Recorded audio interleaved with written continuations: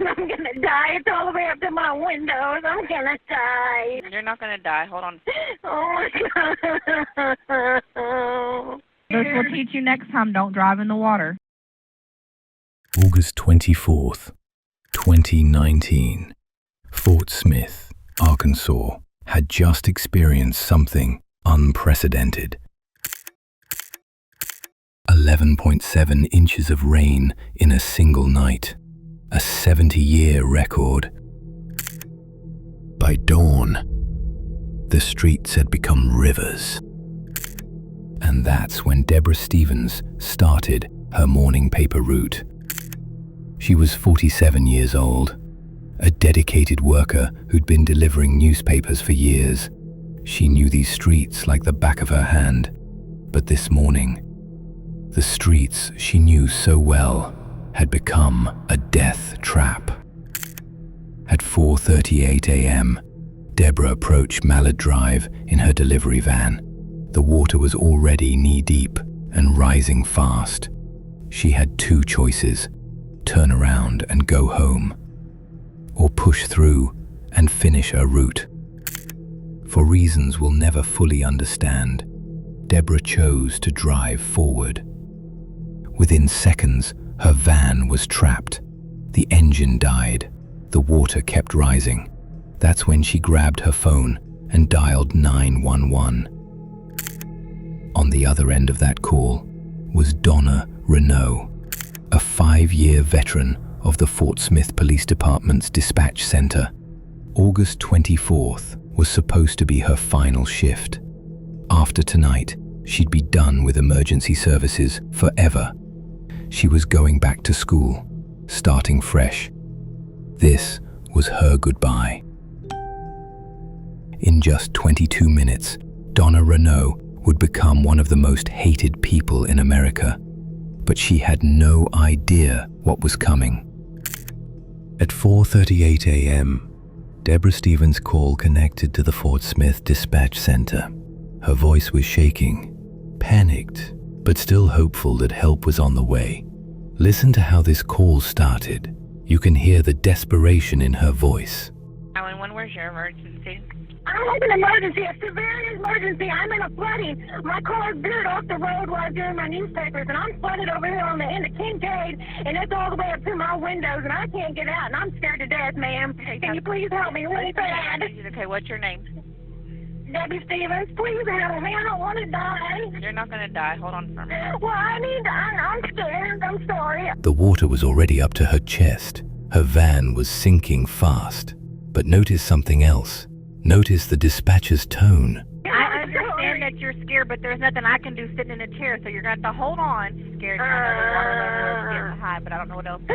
Oh my God, I'm going to die. You're not going to die. When are they going to be here? As soon as they get there. Well, how long is that going to be before I die? Yeah, I know. Man, my phone's going to die, and they're not going to find me, and it's going to ruin my brand new phone. Do you really care about your brand new phone? I mean, you're over there crying for your life. Who cares about your phone? I need to get down. I need to throw up. I need to throw up right now. Well, then you're in water. You can throw up. It's not going to matter. Cold, dismissive, almost annoyed. This was supposed to be a rescue call. Instead, it was about to become something much darker. Because what Donna Reneau said next crossed every line of human decency. As Debra begged for her life, fighting against rising floodwater, Donna Reneau decided to give her a lecture. I'm scared. I've never had anything like this happen to me before. Well, this will teach you next time. Don't drive in the water. Couldn't see it, ma'am. I'm sorry, or I wouldn't have. I don't see how you didn't see it. You had to go right over it, so. No, ma'am. I was in a drive. I was in a parking lot. There was no water where I was at. Okay. The water just didn't appear. A woman is drowning, literally drowning, and the person whose job it is to help her is giving her a driving lesson.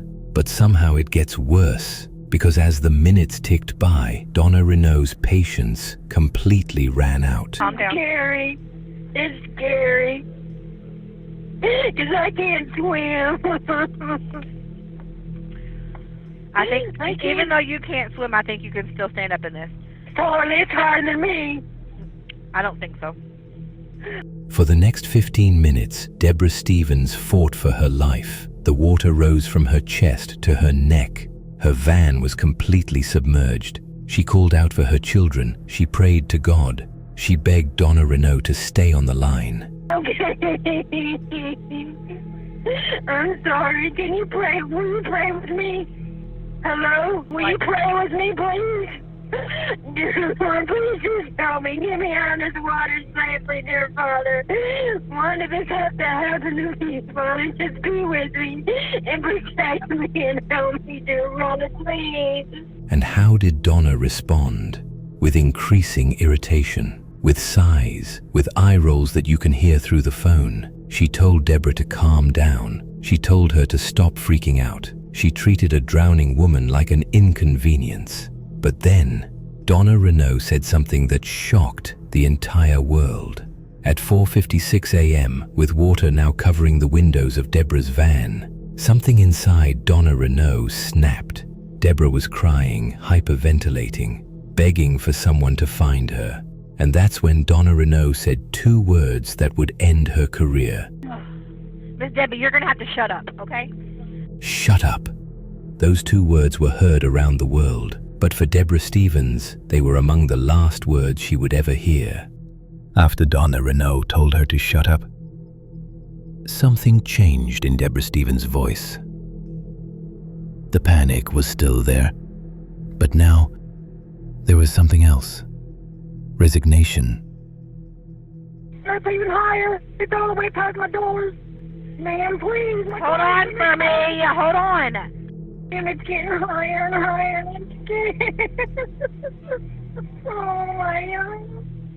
This is the final minute of Debra Stevens' life. Oh, my God, my car's starting to move. Oh, man, my car's starting to move. Please, please. I know you're scared. I know. Hold on for me, because I've got to take other calls. Listen Okay, to all this ma'am. stuff, so just hold on for me, okay? Okay, ma'am. Hold on Okay. for me. Okay. Dear Lord, please just get me out, dear Lord.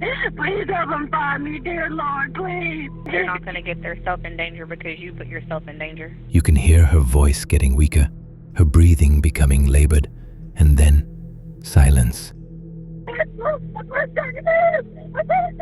Okay, where are you moving to? Tell me where it's going.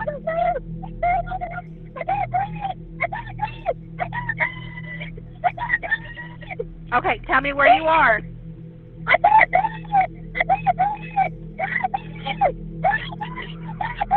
Listen to me, hold on. Debra Stevens stopped responding at 5:01 a.m.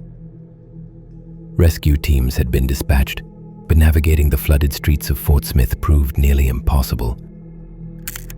By the time they reached Debra's body, it was 5:58 a.m. Nearly an hour and 20 minutes after Debra's initial call, they found her white delivery van completely submerged in 12 feet of water. First responders immediately began recovery efforts, but it was too late.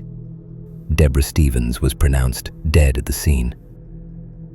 She had been underwater for nearly an hour. Donna Reneau submitted her resignation letter to the Fort Smith Police Department. Her final shift was over, but the investigation was just beginning. The report concluded that Donna Reneau had violated department policy through her unprofessional conduct. Her comments were described as rude, callous, and completely inappropriate. But here's what shocked everyone. Despite the public outrage, despite a woman losing her life, no criminal charges were filed. This case exposed serious gaps in 911 dispatcher training and oversight. Fort Smith Police Chief Danny Baker issued a public statement expressing remorse. New training protocols were implemented focusing on empathy and crisis communication. But for Debra Stevens, these changes came too late. She left behind family members who will never understand how someone trained to save lives could show such cruelty in someone's final moments. In her exit interview, Donna Reneau cited burnout and a desire to return to school as her reasons for leaving. She expressed no remorse for her actions that night. Her mother, Nancy, died just 3 weeks after Debra. The family believes she died of a broken heart. On September 21st, 2019, they held a joint memorial service for both mother and daughter, 2 lives swallowed by the same grief. Debra Stevens deserved better. She deserved compassion. So here's where I turn it over to you. What do you think should have happened to Donna? Was Donna Reneau's pink slip enough, or should a criminal court have decided her fate? Drop your verdict in the comments. Want the full 22-minute 911 call, police reports, body cam footage, and internal investigation docs? I've put together the complete case archive for supporters on Patreon. Just hit the link below to get access. And if you're into deep dive stories that demand real accountability, hit subscribe, because the next case is already on my desk.